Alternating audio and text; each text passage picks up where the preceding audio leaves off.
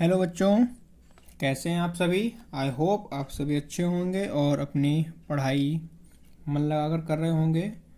तो बच्चों, हमने अपने लास्ट क्लास में मिनरल न्यूट्रिशन चैप्टर कंप्लीट किया था।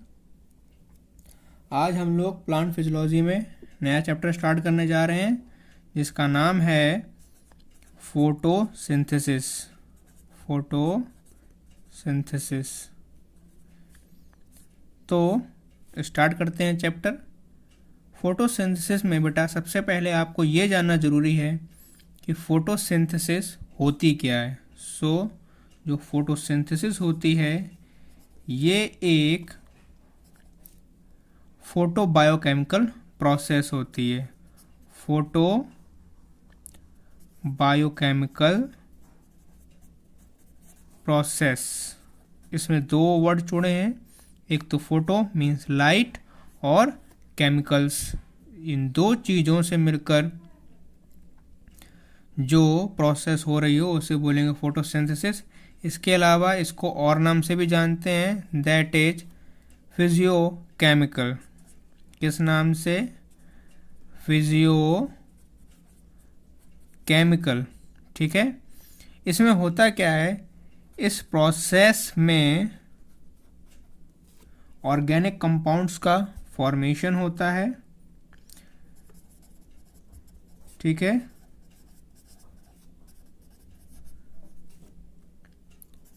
इनका सिंथेसिस होता है, ये बनते हैं। किससे बनते हैं? इनऑर्गेनिक रॉ मटेरियल से। इनऑर्गेनिक रॉ मटेरियल से। और जो ये इनऑर्गेनिक रॉ मटेरियल होते हैं ये आपके वाटर एंड कार्बन डाइऑक्साइड होते हैं। तो ये बन पाता है, जो ऑर्गेनिक कंपाउंड है इनऑर्गेनिक कंपाउंड से बन पाता है बिकॉज ऑफ लाइट। किसकी वजह से? In presence of light. इसके लिए लाइट चाहिए और साथ ही साथ पिगमेंट चाहिए। ग्रीन पिगमेंट होता है, वही लाइट को ट्रैप करता है और इनऑर्गेनिक कंपाउंड का यूज़ करके ऑर्गेनिक कंपाउंड सिंथेसाइज करता है। और साथ ही साथ इसमें ऑक्सीजन भी इवॉल्व होती है इस प्रोसेस में एज अ बाय प्रोडक्ट। तो ये पूरी चीज़ होती है फोटोसिंथेसिस। ठीक है, आप समझ गए होंगे। इसमें हम और तरीके से भी समझ सकते हैं या फिर ऐसे भी कह सकते हैं कि फोटोसिंथेसिस में लाइट एनर्जी को कन्वर्ट किया जाता है या फिर कंजर्व किया जाता है केमिकल एनर्जी में। किसमें? केमिकल एनर्जी में। ठीक है।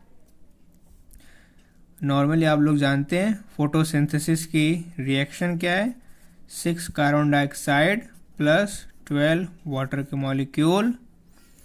ठीक है। क्लोरोफिल पिगमेंट होता है इसमें और लाइट चाहिए और आपको ग्लूकोज मिल जाएगा प्लांट के लिए।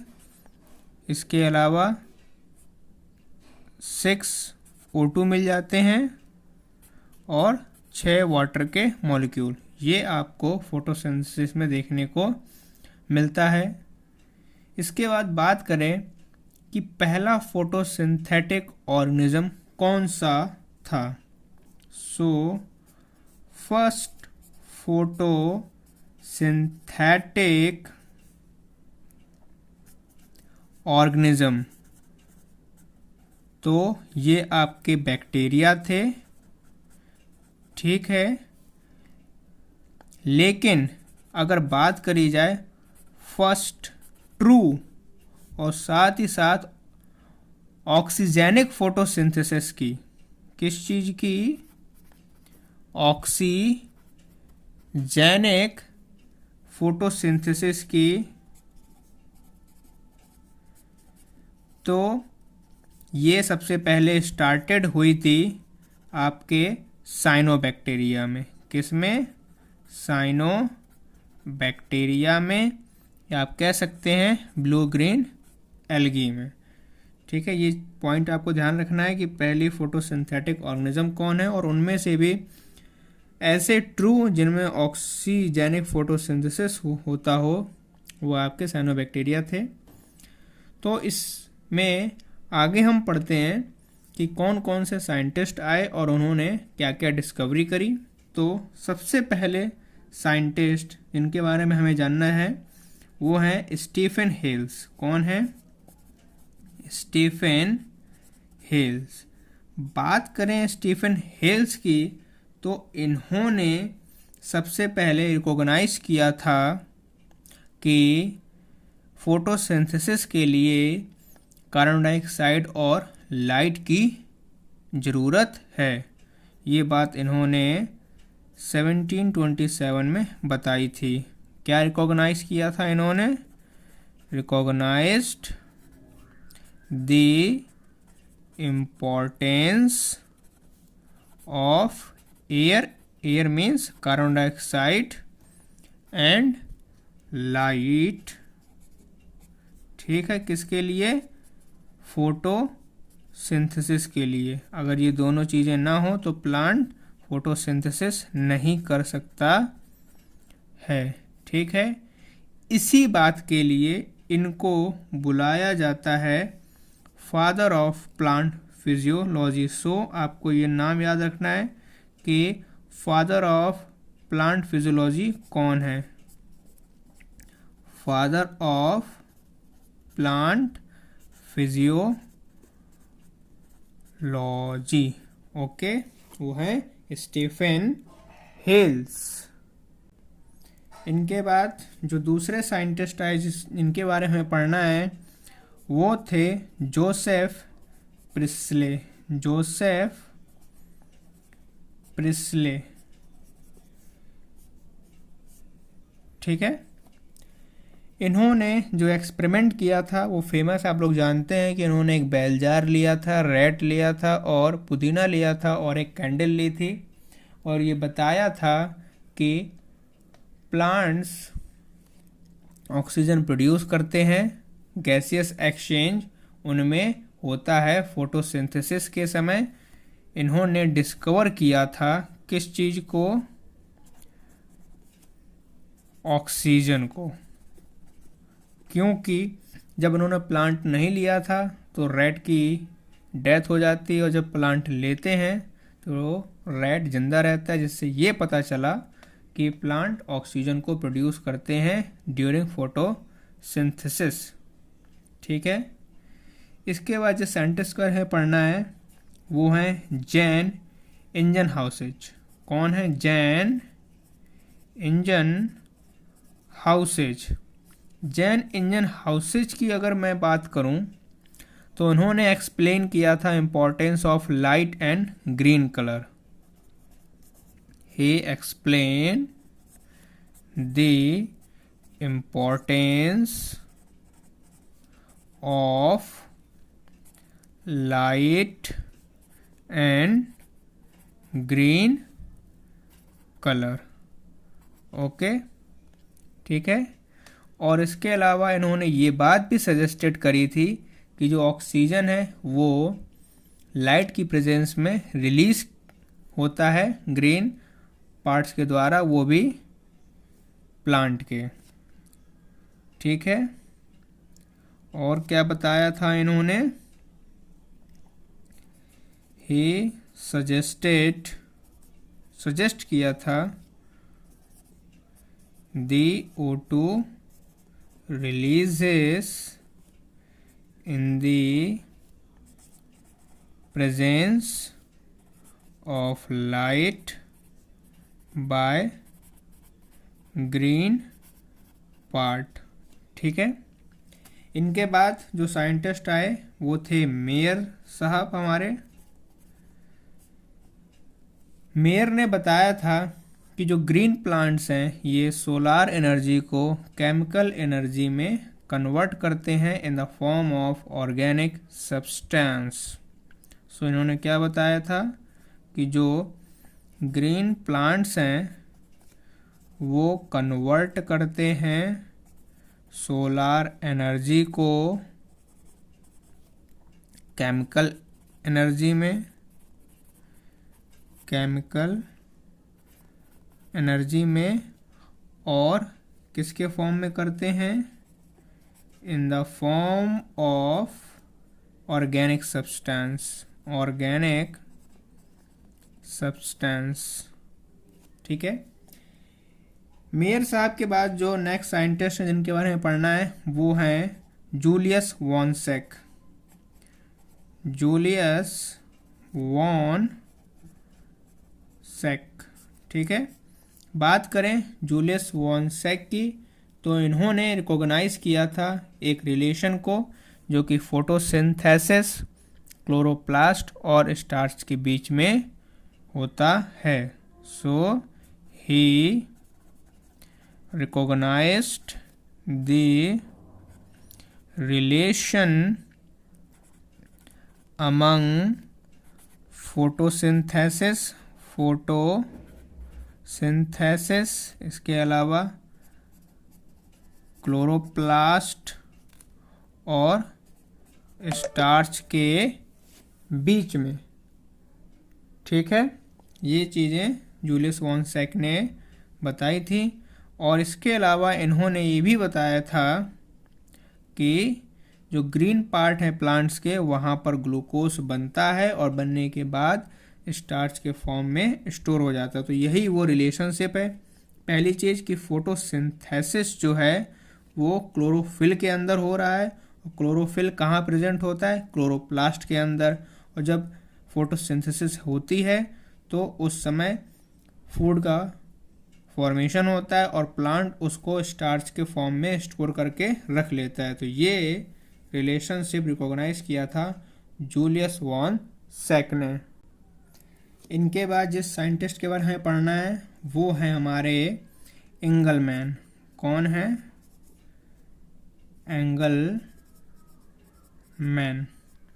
एंगलमैन के बारे में बात करें तो इन्होंने सबसे पहले डिस्क्राइब किया था एक्शन स्पेक्ट्रम ऑफ फोटोसिंथेसिस, और इसके लिए इन्होंने स्पायरोगायरा और क्लैडापोरा का यूज़ किया था। और साथ ही साथ में ये एक एरोबिक बैक्टीरिया एक्सपेरिमेंट था। सो इन्होंने डिस्क्राइब किया था एक्शन स्पेक्ट्रम को, एक्शन स्पेक्ट्रम को किसका? फोटोसिंथेसिस का। किसकी मदद से किया था ये आपको बहुत ध्यान रखना है। With the help of spirogyra या फिर क्लैडापोरा और एरोबिक बैक्टीरिया एक्सपेरिमेंट था। क्या था ये? एक एरोबिक बैक्टीरिया एक्सपेरिमेंट। ये बातें आपको एंगलमैन के बारे में याद रखनी है। इसके बाद कॉर्नेलियस वॉन नील के बारे में पढ़ते हैं। कॉर्नेलियस वैन नील। तो नील सर ने ये बताया था कि जो ऑक्सीजन है ये वाटर से प्रोड्यूस होती है फोटोसिंथेसिस के टाइम में। So oxygen comes from water in photosynthesis. Okay. So ये बातें आपको नील के लिए याद रखनी है। इसके बाद जो मेन चीज़ आपको याद रखनी है वो ये कि नील ने एक एक्सपेरिमेंट, एक इक्वेशन भी दी थी जिसमें उन्होंने 6 कार्बन डाइऑक्साइड 12 H2S लिए थे। जनरली जो उन्होंने बताया था कि जो ऑक्सीजन है वाटर से निकलता है फोटोसिंथेसिस के समय, ये इन्होंने बाद में बताया था। पहले इनको लगता था कार्बन डाइऑक्साइड से होता है, लेकिन जब इन्होंने हाइड्रोजन सल्फाइड के साथ रिएक्शन करी तो इनको समझ में आया उस समय कि कार्बन डाइऑक्साइड से ऑक्सीजन का प्रोडक्शन नहीं होता है, वो वाटर से प्रोड्यूस होता है। तो ये उन्होंने रिएक्शन करी थी सल्फर के साथ में। इसके अलावा और भी साइंटिस्ट हुए हैं, जैसे कि रूबिन, हसेद और कमीन। इन्होंने 1941 में ऑक्सीजन के आइसोटोप 18 का, या फिर कह सकते हैं ऑक्सीजन को ही यूज़ करके एक्सपेरिमेंटली शो किया था कि जो ऑक्सीजन है वो फोटोसिंथेसिस में आती है फ्रॉम वाटर से। मतलब कि जो मेन रिएक्शन है आपकी ये वाली 6CO2 + 12 H2O, ये सबसे पहले इन तीनों ने मिलकर दी थी कि लाइट की प्रेजेंस में क्लोरोफिल के अंदर ये होता है C6H12O6 + 6H2O + 6O2। इसका उन्होंने यहाँ पर 18 लिया था, ये 16, यहाँ पर इसका 18 मास और यहाँ पर 16 मास। तो जो ये मेन रिएक्शन है वो रूबिन, हसिद और कमीन ने दी थी। इसमें उन्होंने बताया था जो ये ऑक्सीजन है, मतलब जो ये वाटर है, ये ऑक्सीजन का प्रोडक्शन करता है। ठीक है। इसके बाद जो हमें इसमें पढ़ना है वो ये चीज़, जैसा कि हम लोग जानते हैं, आप जानते भी होंगे, पढ़ा भी होगा, हिल रिएक्शन के बारे में। किसके बारे में? हिल रिएक्शन। हिल रिएक्शन क्या होता है? इस पर एक एक्सपेरिमेंट किया था जिसमें आइसोलेटेड क्लोरोप्लास्ट की स्टडी की गई थी, या फिर कह सकते हैं लाइट रिएक्शन की स्टडी की गई थी, और इसी को ही हिल रिएक्शन तब से कहा जाने लगा है। तो हिल रिएक्शन में हमने एक्सपेरिमेंट किया था किसके ऊपर? आइसोलेटेड क्लोरोप्लास्ट के ऊपर। आइसोलेटेड क्लोरोप्लास्ट के ऊपर। और जिस प्लांट का हमने क्लोरोप्लास्ट लिया था वो था स्टेलेरिया प्लांट। ठीक है। और स्टडी की थी हमने लाइट रिएक्शन की, जिसको हिल रिएक्शन के नाम से जानते हैं। हिल रिएक्शन में हमने ये जाना था कि जो O2 है वो लिबरेटेड होता है जब वाटर की फोटोलिसिस की जाती है, और ये तभी होगा जब वहाँ पर सुटेबल इलेक्ट्रॉन एक्सेप्टर हो, यानी कि वहाँ पर या तो फेरिसाइनाइड हो या फिर NADP पॉजिटिव हो, जो कि एक हिल रिएजेंट होता है, नहीं तो DCPIP मतलब कि डिक्लोरोफेनॉल इंडोफेनॉल डाई, ये होना चाहिए। तो इसमें हमने क्या जाना था हिल रिएक्शन में कि जो O2 गैस है ये लिबरेटेड होती है जब फोटोलिसिस होती है वाटर की। ठीक है। और ये तभी हो सकता है जब वहाँ पर प्रेजेंस हो किसी सुटेबल इलेक्ट्रॉन एक्सेप्टर का। सुटेबल इलेक्ट्रॉन एक्सेप्टर जो कि इलेक्ट्रॉन को एक्सेप्ट करेगा। इसके लिए या तो DCPIP, जिसका मैंने फुल फॉर्म अभी बताया था आपको, डिक्लोरोफेनॉल इंडोफेनॉल जो कि एक डाई है। क्या है? डाई है। या तो ये हो, नहीं तो फेरिसाइनाइड हो, फेरिसाइनाइड हो, नहीं तो NAD पॉजिटिव हो, जो कि एक हिल रिएजेंट होता है। ये सारी बातें हमने हिल रिएक्शन में जानी थी। तो ये रिएक्शन होती कैसे, इसके लिए हमें एक अगर रिएक्शन लिखें तो इसमें हमें हाफ ऑक्सीजन मिलता है वाटर से लाइट की प्रेजेंस में।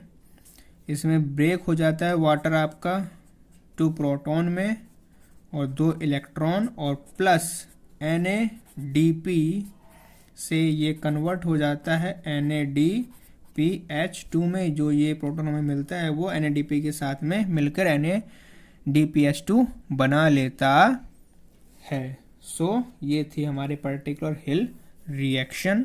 इसके बाद हम लोग बात करते हैं कि कितने टाइप के पिगमेंट्स इन्वॉल्व होते हैं फोटोसिंथेसिस में। सो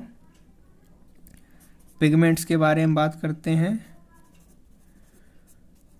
तो जनरली फोटोसिंथेसिस में जो पिगमेंट इन्वॉल्व होते हैं, एक तो होता है आपका क्लोरोफिल ए और दूसरा होता है आपका क्लोरोफिल बी। जो मैक्सिमम अब्जॉर्प्शन होता है लाइट का वो क्लोरोफिल ए के कारण होता है। क्लोरोफिल ए की बात करें तो इसका फॉर्मूला C55 मतलब C55 H72 O5 N4 magnesium, क्योंकि मैग्नीशियम ही है जो कि प्रेजेंट होता है क्लोरोफिल में। इसमें जो आपका CH3 ग्रुप है, ये मीथेन का ग्रुप अटैच होता है आपके 3rd कार्बन पे। कहाँ पे? 3rd कार्बन पे, वो भी किसके?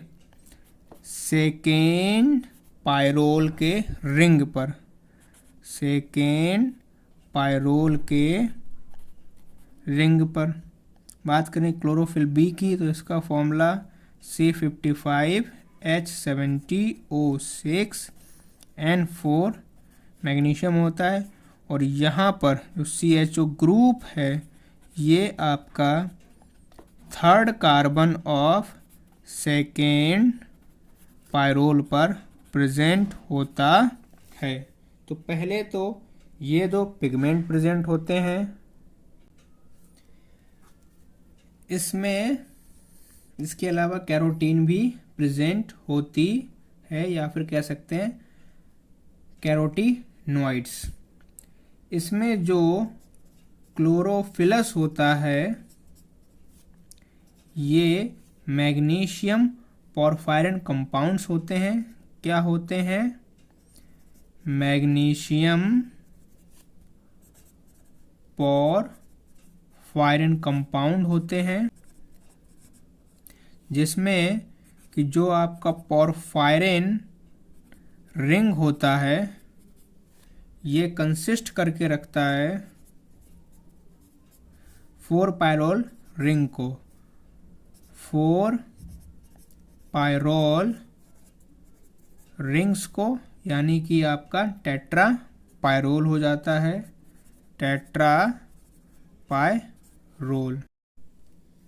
इसके अलावा जो क्लोरोफिल का मॉलिक्यूल होता है उसके पास में एक मैग्नीशियम पोरफायरिन हेड होता है।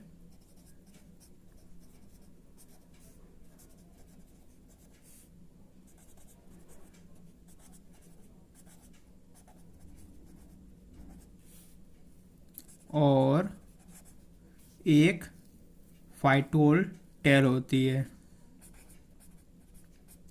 Phytol tell.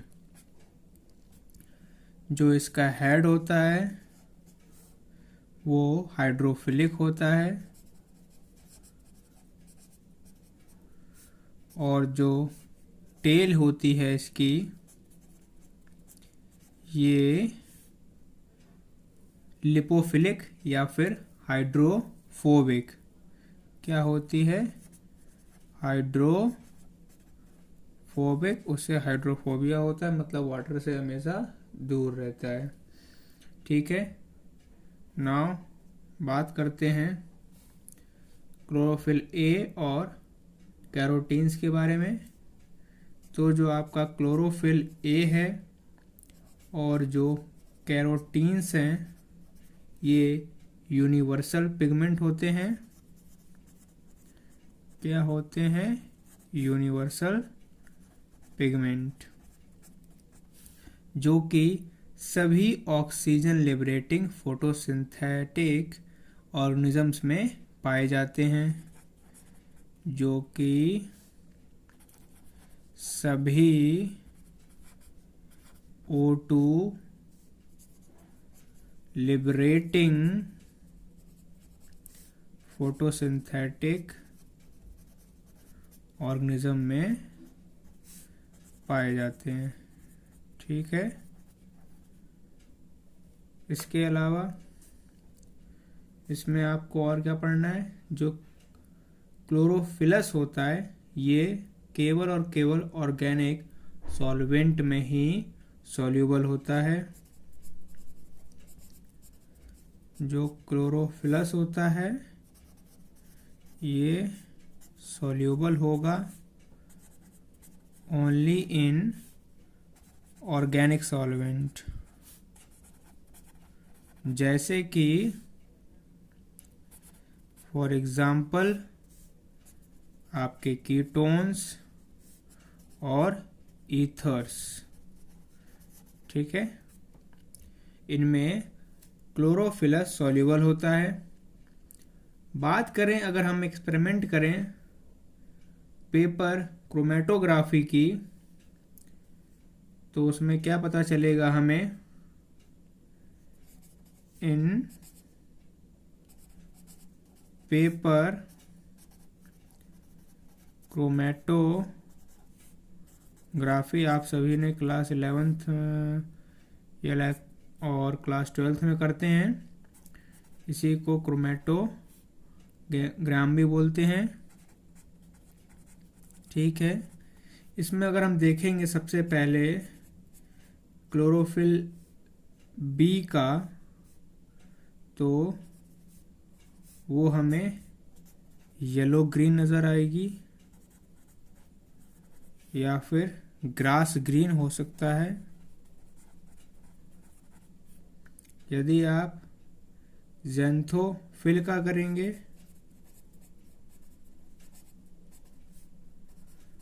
तो वो आपको येलो नज़र आएगी, और अगर कैरोटीनॉइड्स का करोगे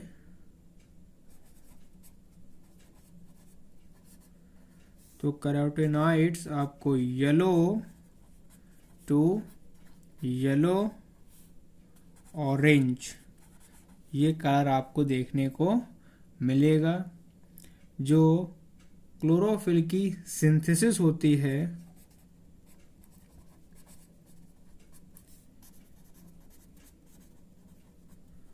अगर आप उसको देखेंगे तो उसमें आपको क्या देखने को मिलेगा कि जब सक्सेनाइल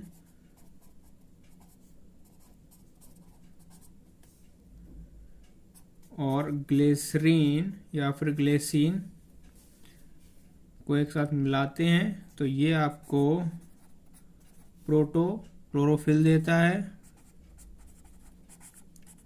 ठीक है, और जब इस पर लाइट और 2 हाइड्रोजन एटम आते हैं तो आपको क्लोरोफिल मिल जाता है। तो इस प्रकार से क्लोरोफिल की सिंथेसिस होती है। आप समझ गए होंगे। ठीक है, अब बात करते हैं फोटोसिंथेटिक एक्टिव रेडिएशन की। फोटोसिंथेटिक एक्टिव रेडिएशन की, इन शॉर्ट PAR की। तो जो फोटोसिंथेटिक रेडिएशन है इसका मतलब होता है कि जो आपकी फोटोसिंथेसिस है वो 400 और 700 नैनोमीटर की लाइट में ही पॉसिबल हो पाता है। It means that when light is between 400 nanometer to 700 nanometer, light इसका इस्तेमाल किया जाता है किसमें? फोटोसिंथेसिस में। ठीक है, और इसी को फोटोसिंथेटिक एक्टिव रेडिएशन कहते हैं। जब तक लाइट इस गिवन नंबर के बीच में नहीं होगी तब तक फोटोसिंथेटिक नहीं हो सकती है। बात करें अगर विबग्योर में, तो जो सबसे ज़्यादा एब्जॉर्प्शन होता है वो आपको तब दिखता है जब क्लोरोफिल ए एब्जॉर्प्शन करता है, उस समय फोटोसिंथेसिस हाई हो जाती है। तो विबग्योर में जो फोटोसिंथेसिस होती है वो हाईएस्ट होगी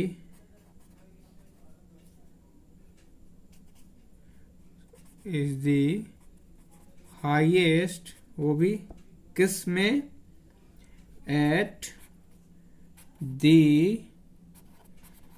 ब्लू एंड रेड रीजन्स। ठीक है, जो फोटोसिंथेसिस होती है वो सबसे ज़्यादा ब्लू और रेड रीजन्स में होती है। ठीक है, आफ्टर दिस बात करते हैं हम लोग लाइट रिएक्शन की। किस चीज़ की? लाइट रिएक्शन, जिसको फोटोकेमिकल फेस भी कहते हैं। Photochemical face. लाइट रिएक्शन में आप इसके नाम से समझ गए होंगे, एक ऐसा फेस, एक ऐसी रिएक्शन जो लाइट पर डिपेंड करती हो। So it is directly depend on light. जो पिगमेंट्स होते हैं वो एब्जॉर्ब करते हैं लाइट को और प्रोड्यूस करते हैं एटीपी, मतलब एनर्जी को। ठीक है, इसमें हमारे पास क्या क्या होता है? तो इट इंक्लूड्स, आपको चीज़ें ध्यान रखनी है। सबसे पहले लाइट का एब्जॉर्प्शन होगा। ठीक है, इसके बाद वाटर स्प्लिटिंग होगी। क्या होगी? वाटर की स्प्लिटिंग होगी। और थर्ड स्टेप में आपका ऑक्सीजन रिलीज हो जाता है। ठीक है, इसके बाद जो फॉर्मेशन होता है एटीपी का और NADPH का, जिसका यूज बायोसिंथेटिक फेस में किया जाता है बाद में, which is then used in the biosynthetic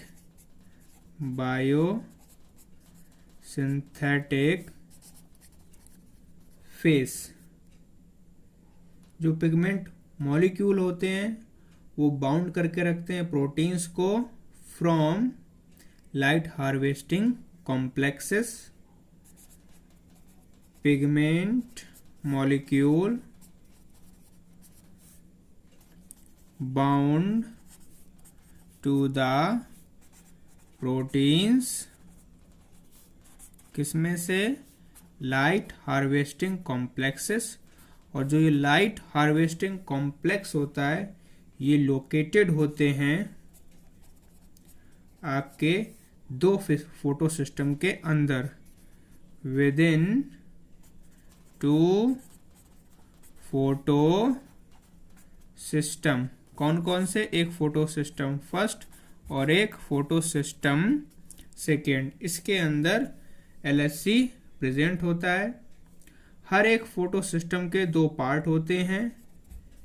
each photo system has two parts. कौन कौन से हैं वो? सबसे पहले बात करें तो एक होता है रिएक्शन सेंटर। क्या होता है? रिएक्शन सेंटर, जिसमें कि क्लोरोफिल ए मॉलिक्यूल प्रेजेंट होता है, consisting of chlorophyll A molecule. ठीक है। और दूसरा होता है एंटीने, जिसमें एसेसरी पिगमेंट्स होते हैं, कंसिस्ट एसेसरी पिगमेंट्स। जो ये एसेसरी पिगमेंट्स होते हैं इंक्रीज करते हैं एफिशिएंसी को फोटोसिंथेसिस की। किसके द्वारा? लाइट को एब्जॉर्ब करके। जो रिएक्शन होती है, जो रिएक्शन सेंटर होता है, ये डिफरेंट होता है दोनों ही फोटो सिस्टम में। ये बात आपको ध्यान रखनी है। Reaction centre is different in both photo system. वो कैसा? अलग अलग होता है। जो फोटो सिस्टम फर्स्ट होता है, वहाँ पर जो लाइट होती है वो 700 होगी, और जो क्लोरोफिल ए है वो आपका एब्जॉर्प्शन जो होगा उसका, वो पीक होगा एट 700 नैनोमीटर। जो एब्जॉर्प्शन होगा, जो एब्जॉर्प्शन पीक होगा वो 700 नैनोमीटर में होगा। जबकि फोटो सिस्टम सेकेंड में जो आपका एब्जॉर्प्शन होगा वो 680 नैनोमीटर पर होता है। ठीक है। तो ये रिएक्शन सेंटर दोनों में अलग अलग होता है। समझ गए होंगे आप बात। इसको अगर एक डायग्राम से समझें तो हमारे पास में एक प्राइमरी एक्सेप्टर होता है। हमारे पास फोटोन आएगा सनलाइट से। ठीक है। जैसे कि मान लेते हैं एक फोटो इधर आया, इसके पास गया, इधर गया, इधर गया, और इधर पे फोटोन पहुंचा। तो ये हो गया आपका रिएक्शन सेंटर। और जो ये इतने सारे हैं, ये आपके एसेसरी पिगमेंट मॉलिक्यूल्स हो गए। क्या हो गए? एसेसरी पिगमेंट मॉलिक्यूल्स, या फिर इन्हीं को आप लाइट हार्वेस्टिंग कॉम्प्लेक्सेस कह सकते हैं। बात करें आगे कि जो ये फोटो सिस्टम का कॉन्सेप्ट है ये किसने दिया था? तो एमर्सन एंड अर्नोल्ड, इन्होंने जब काम किया था क्लोरेला के ऊपर, तब इन्होंने कॉन्सेप्ट दिया था टू फोटो सिस्टम का। Gave the concept of two photo system. ठीक है। या फिर टू पिगमेंट सिस्टम भी कहते हैं। Two pigment system. इसमें उन्होंने जब इसको किया तो जब उन्होंने केवल मोनोक्रोमेटिक लाइट दी जिसकी वेवलेंथ 680 नैनोमीटर से ज़्यादा थी, उस समय जो क्वांटम यील्ड था वो सडनली ड्रॉप हो जाता है और इस ड्रॉप हुए क्वांटम यील्ड को ही रेड ड्रॉप भी कहते हैं। सो जो ड्रॉप्ड क्वांटम यील्ड है, इस इवेंट को जब किया था एमर्सन एंड एनरोल्ड में, इसी को बोला जाता है रेड ड्रॉप। क्या कहते हैं? Red drop. ये आपको बात ध्यान रखनी है।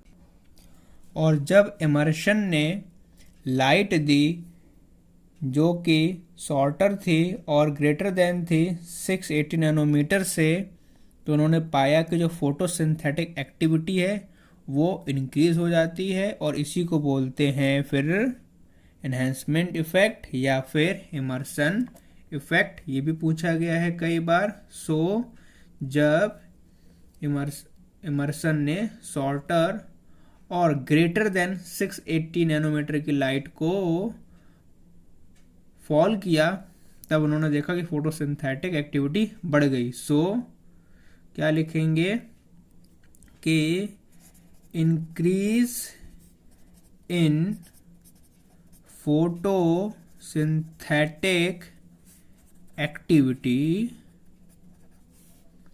After applying light more and shorter than 680 nanometer. This is called Emerson effect. इसी को ही एमर्सन इफेक्ट नाम दिया गया।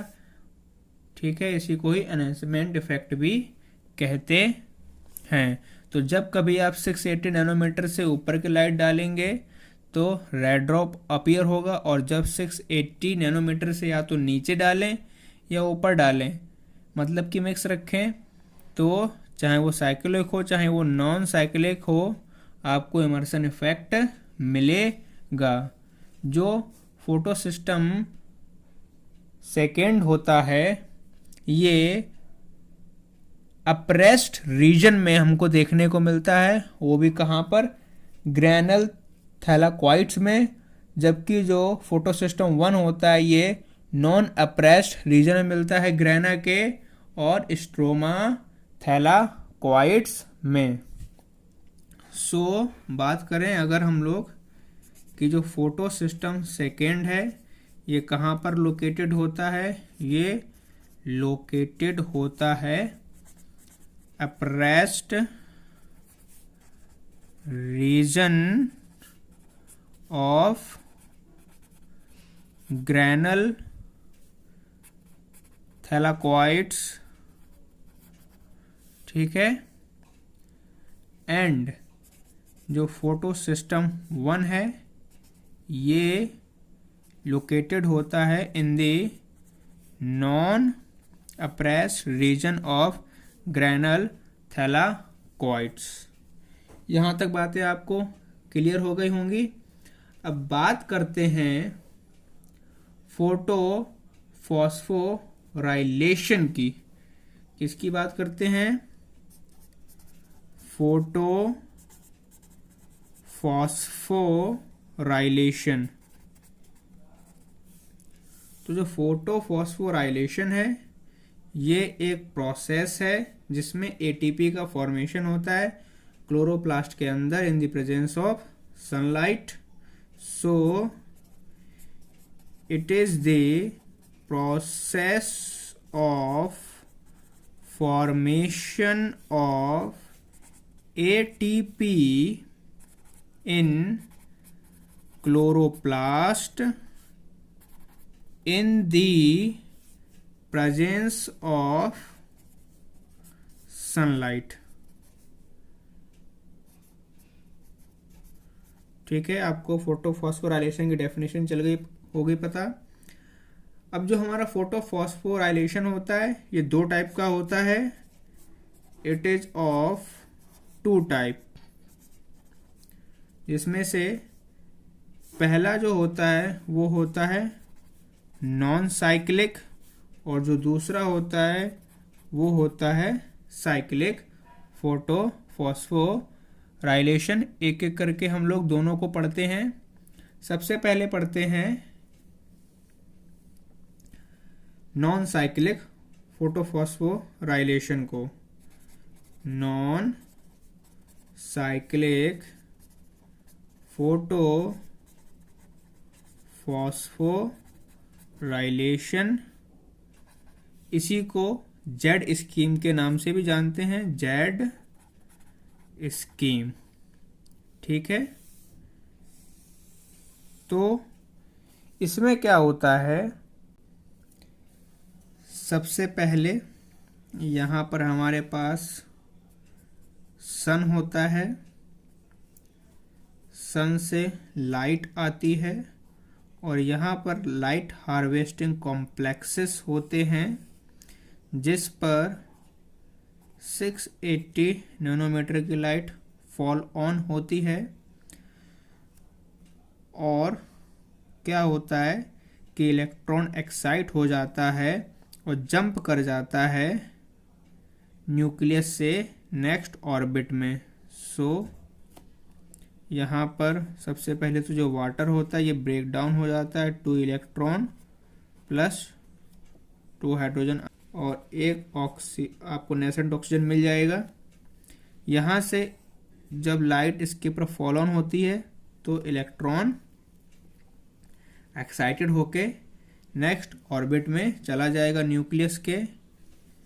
जो ये इलेक्ट्रॉन्स होते हैं इसके बाद पहुंचते हैं किसके पास, इलेक्ट्रॉन एक्सेप्टर के पास। इलेक्ट्रॉन एक्सेप्टर के पास में ये सब कुछ हमारा फोटो सिस्टम सेकेंड में काम चल रहा होता है। इसके बाद इलेक्ट्रॉन एक्सेप्टर जो है ये इलेक्ट्रॉन को सेंड कर देगा इलेक्ट्रॉन ट्रांसपोर्ट सिस्टम के पास में। तो यहाँ से आपका जो इलेक्ट्रॉन है वो इलेक्ट्रॉन ट्रांसपोर्ट सिस्टम के पास आ जाता है।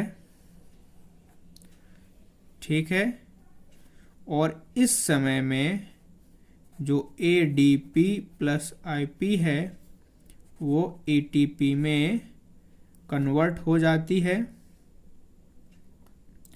ठीक है, तो इसके बाद जो इलेक्ट्रॉन्स हैं ये इलेक्ट्रॉन एक्सेप्टर ने गेन किए और उनको सेंड कर दिया इलेक्ट्रॉन ट्रांसपोर्ट सिस्टम के पास में। अब यहाँ से जो इलेक्ट्रॉन ट्रांसपोर्ट सिस्टम है वो ट्रांसफ़र कर देता है इलेक्ट्रॉन्स को फोटो सिस्टम 1 में। तो यहाँ पर भी फोटो सिस्टम 1 का लाइट हार्वेस्टिंग कॉम्प्लेक्स होगा, और यहाँ पर भी जो लाइट है वो फॉल ऑन कर रही होगी। जब इसके पास में इलेक्ट्रॉन को सेंड करेगा तो यहाँ पर एनर्जी मिलेगी, और यहाँ से भी इलेक्ट्रॉन एक्साइट होके इलेक्ट्रॉन एक्सेप्टर के पास में पहुँच जाएगा। अब हम लोग फोटो सिस्टम 1 में आ चुके हैं। यहाँ पर 680 नैनोमीटर की लाइट को एब्जॉर्ब कर रहा था फोटो सिस्टम सेकेंड में, यहाँ पर 700 नैनोमीटर की। ठीक है, तो जो इलेक्ट्रॉन होता है फोटो सिस्टम 1 में ये साइमल्टेनियसली एक्साइटेड होता है और रिसीव करता है एक 700 नैनोमीटर की वेवलेंथ को जो कि सन से आ रही होती है। इसके बाद ये इलेक्ट्रॉन अगेन एक्साइट होंगे और ट्रांसफ़र हो जाएंगे दूसरे इलेक्ट्रॉन एक्सेप्टर के पास में, जहाँ पर रिडॉक्स पोटेंशियल सबसे ज़्यादा होता है। और इलेक्ट्रॉन एक्सेप्टर से जो इलेक्ट्रॉन है वो ट्रांसफ़र कर दिए जाते हैं मॉलिक्यूल ऑफ NADP पॉजिटिव। सो यहाँ से जो इलेक्ट्रॉन है वो NADP पॉजिटिव के पास पहुंचेंगे और इससे फॉर्मेशन हो जाएगी NADPH की। तो आपको समझ में आ गया होगा। सबसे पहले सनलाइट से 680 नैनोमीटर के वेवलेंथ की लाइट हार्वेस्टिंग कॉम्प्लेक्स के पास पहुंचेगी। इससे क्या होगा, हमारा इलेक्ट्रॉन एक्साइट हो जाएगा और जंप कर जाएगा न्यूक्लियस के फर्दर ऑर्बिट में। इसके बाद इलेक्ट्रॉन को एक्सेप्ट कर लिया जाएगा इलेक्ट्रॉन एक्सेप्टर के द्वारा। फिर वो इलेक्ट्रॉन एक्सेप्टर उसको भेज देगा इलेक्ट्रॉन ट्रांसपोर्ट सिस्टम के पास में, और जो इलेक्ट्रॉन ट्रांसपोर्ट सिस्टम होता है वो उसको ट्रांसफ़र कर देता है light harvesting complex of the photo system 1 पे। वहाँ पर साइमल्टेनियसली जो लाइट हार्वेस्टिंग कॉम्प्लेक्स होता है वो भी 700 नैनोमीटर की जो वेवलेंथ की लाइट है सन से पार रहा होता है, वहाँ का भी इलेक्ट्रॉन ट्रांसफ़र हो एक्साइटेड हो जाएगा और नेक्स्ट फर्दर जो ऑर्बिट है उसमें चला जाएगा। वहाँ पर भी एक इलेक्ट्रॉन एक्सेप्टर होता है जिसके पास ग्रेटर रेडॉक्स पोटेंशियल होगा। इस इलेक्ट्रॉन एक्सेप्टर से जो फोटो सिस्टम 1 का होगा इलेक्ट्रॉन ट्रांसफ़र कर दिया जाएगा NADP पॉजिटिव के पास में, और जहाँ से ये इलेक्ट्रॉन रिड्यूस हो जाएगा NADPH पॉजिटिव NADPH में। इस प्रोसेस के समय में इलेक्ट्रॉन मूव करता है down hill toward the system at the greater redox potential.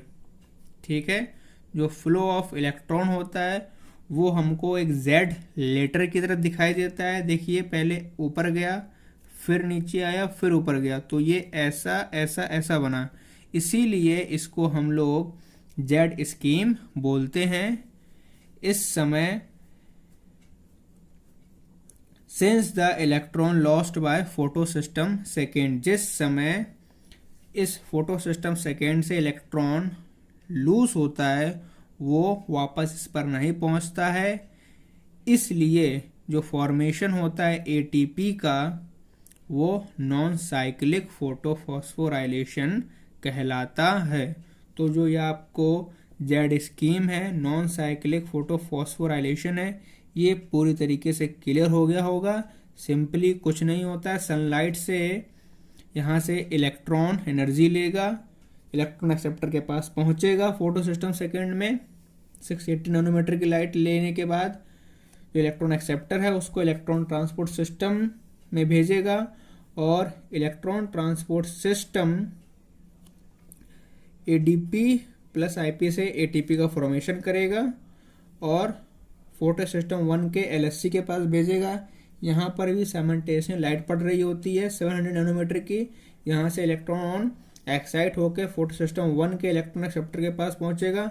वहाँ से NADP पॉजिटिव से होते हुए NADPH का फॉर्मेशन कर लेगा।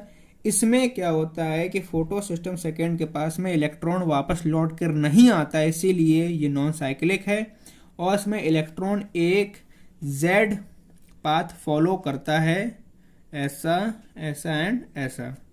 तो आपको नॉन साइक्लिक फोटोफॉस्फोराइलेशन या फिर Z स्कीम क्लियर हो गई होगी। आज की क्लास में इतना ही, बाकी बच्चों हम लोग नेक्स्ट क्लास में पढ़ेंगे साइक्लिक फोटोफॉस्फोराइलेशन एंड बाकी रिमेनिंग सिलेबस। तब तक के लिए पढ़ाई करते रहिए, स्वस्थ रहिए। थैंक यू बच्चों।